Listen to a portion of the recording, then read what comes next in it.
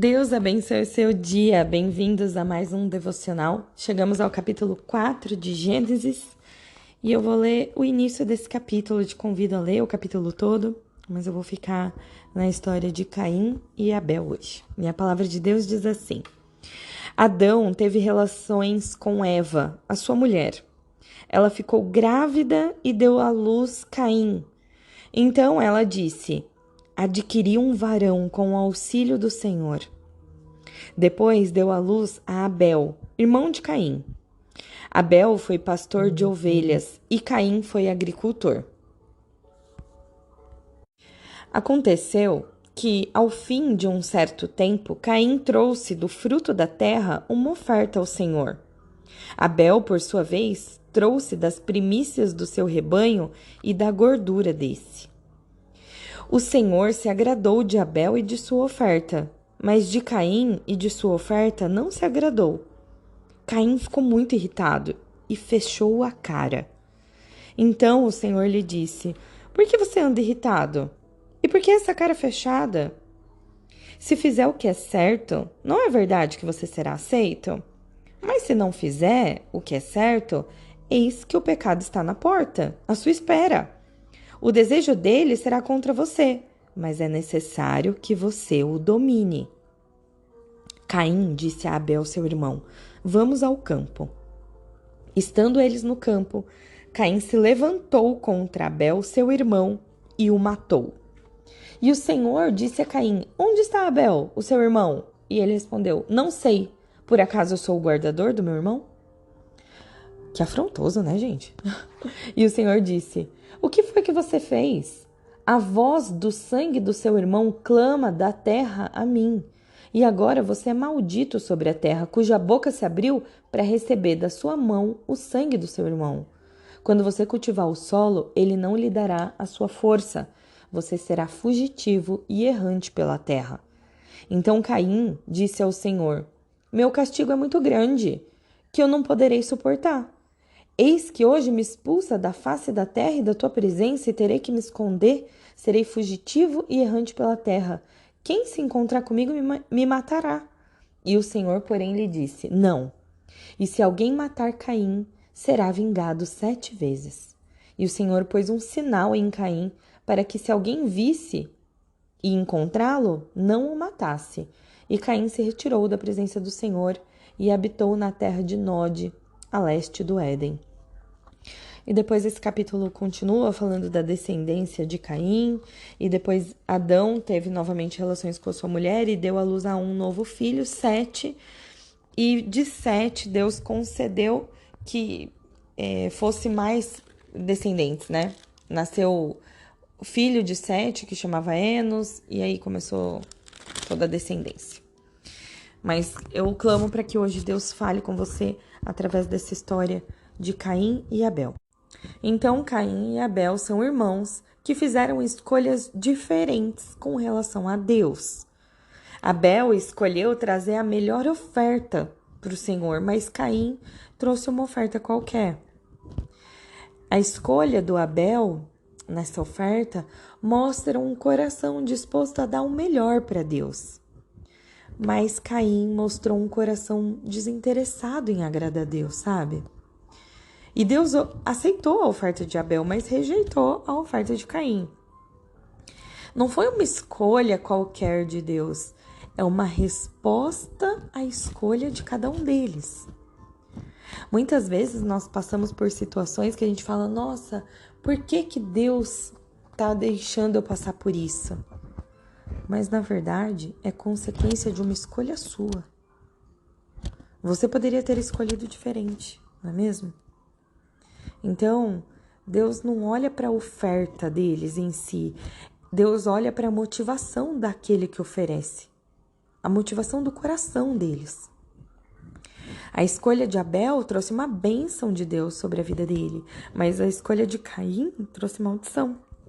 A escolha de Caim levou Caim ao pecado, ao primeiro assassinato da história.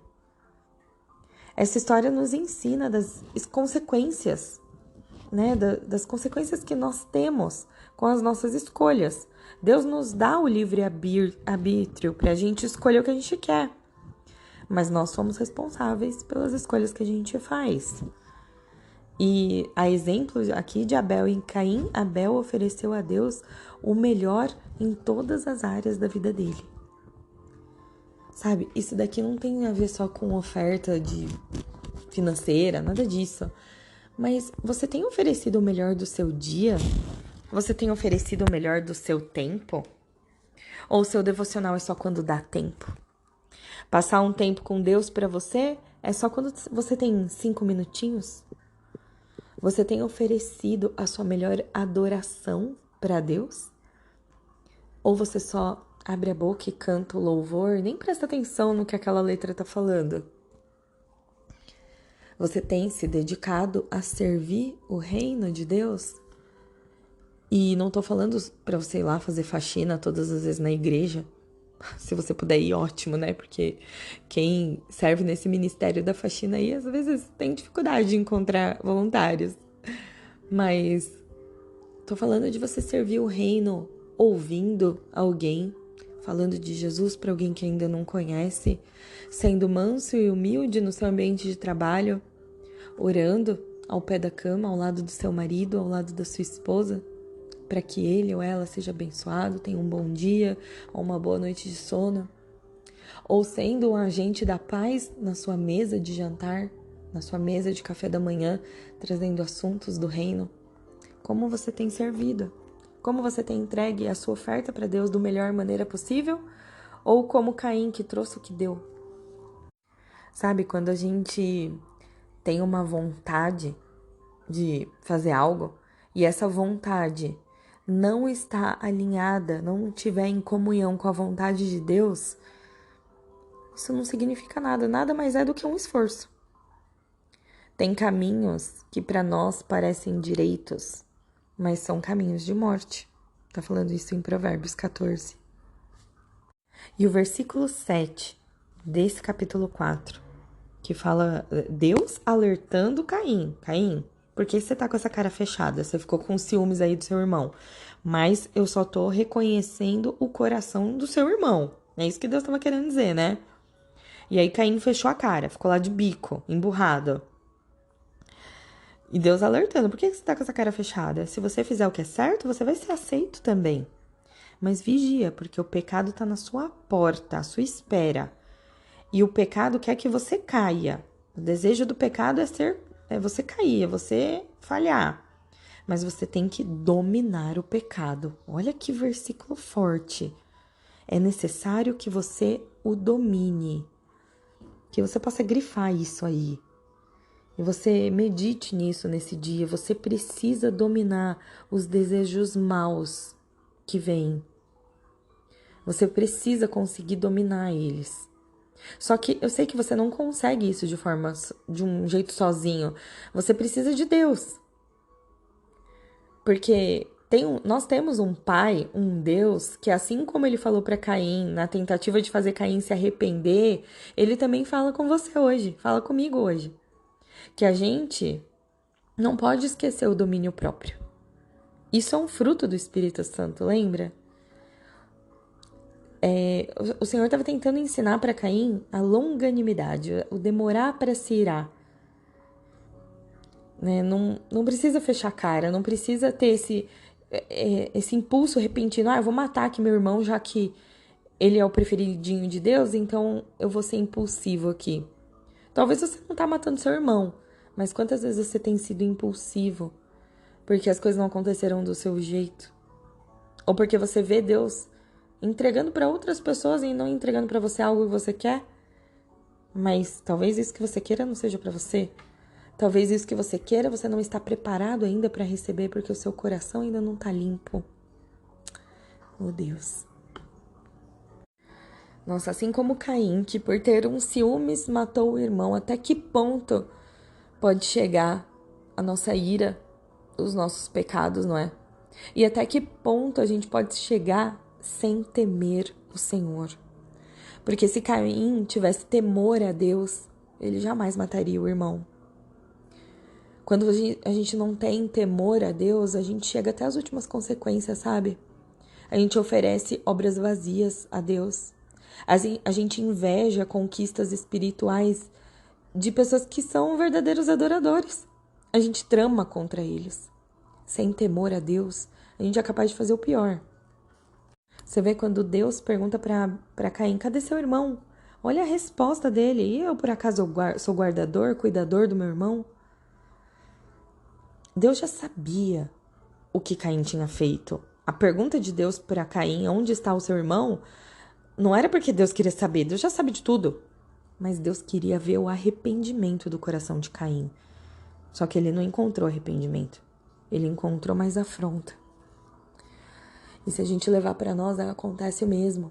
Quantas vezes a gente está revoltado, tá frio, tá morno, não vai diante de Deus conversar com Deus. Porque oração, gente, não tem que ter palavras bonitas, não. Oração é falar, Deus, Pai, e aí? Eu falhei aqui, Pai. Eu caí aqui. Eu pequei hoje. Não consegui, Deus. Não consegui, Pai. Me ajuda. Me socorre, sabe? Conversar com Deus. Se abrir. Quantas vezes Deus vem e pergunta pra você como foi seu dia? E você fala, não tô com tempo de falar com Deus agora. Não é mesmo? A gente olha pra Caim e se revolta. Nossa, Caim, por que você foi fazer isso? Mas quantas vezes a gente também não faz isso? Mas, mesmo assim, a graça e a misericórdia de Deus são lindas. São grandiosas para nós. Porque Caim reclamou, né, da punição ali, das consequências que ele teria através desse pecado do assassinato. Mas Deus mandou colocar um sinal sobre Caim para que poupasse a vida dele. Para que nada acontecesse com a vida dele. Que ele não fosse morto por ninguém. Isso fica claro. Que Deus não nos trata segundo os nossos pecados. E Ele nem nos retribui diante das nossas iniquidades. Ele tem misericórdia com a gente. Ele devolve com amor. Então hoje, querido, se há na sua vida um desejo ruim, alimentado por um pecado, um vício, ou se tem um pecado sendo acariciado, hoje o Senhor veio dizer para nós, a ti cumpre dominá-lo. Domine, é necessário que você o domine. Clame pelo Espírito Santo, clame a Deus pelo Espírito Santo. Tem uma dádiva de Deus que Ele quer nos dar todo dia, que é o seu Santo Espírito. Através do Espírito Santo, através da gente caminhar com Deus, ser amigos de Deus, Ele nos enche do Espírito Santo e dos frutos dele, do fruto do Espírito Santo. E a gente tem um coração mais contrito, sabe? Mais sensível a reconhecer os nossos erros, as nossas falhas, buscar ser parecido com Jesus o tempo todo e acessar o coração de Cristo. Que hoje essa palavra tenha falado com você. Eu sei que às vezes parece um confronto, mas eu entendo que a Bíblia tem seus mistérios. E Deus quer falar com a gente no íntimo do nosso coração. Que você receba essas palavras com amor, porque é assim que Deus nos ensina. Imagina uma cena de uma criança entrando com você numa piscina e chega um determinado momento que a criança começa a se afundar e ela dá as mãos para você. Se você permitir que ela segure em você apenas com a força das mãozinhas pequenas dela, em algum momento talvez ela não suporte.